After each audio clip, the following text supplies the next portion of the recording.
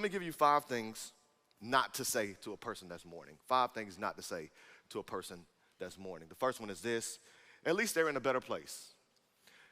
While that may be true, while I am crying my eyes out and thinking about the absence of that person, reminding me that they're in heaven is not helpful in the situation. Let's take that one out of our vocabulary. The next one not to say is, there's a reason for everything. Well, thank you for that deep insight. I feel so much more comfort.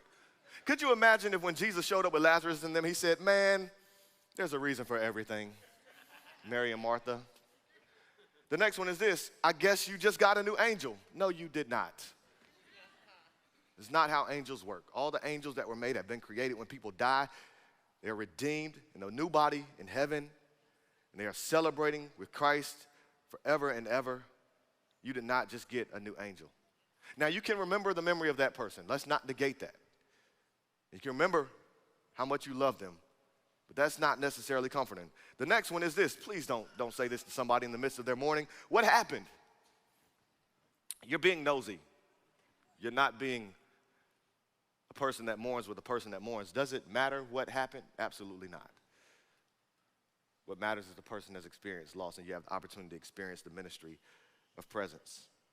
And number 5, don't ever, ever, ever say this: I guess it was just their time. That does not soothe someone's mourning. Then what do you say? You sit with them, and if you have to say something, just simply say this: I am so sorry. I cannot imagine how this feels.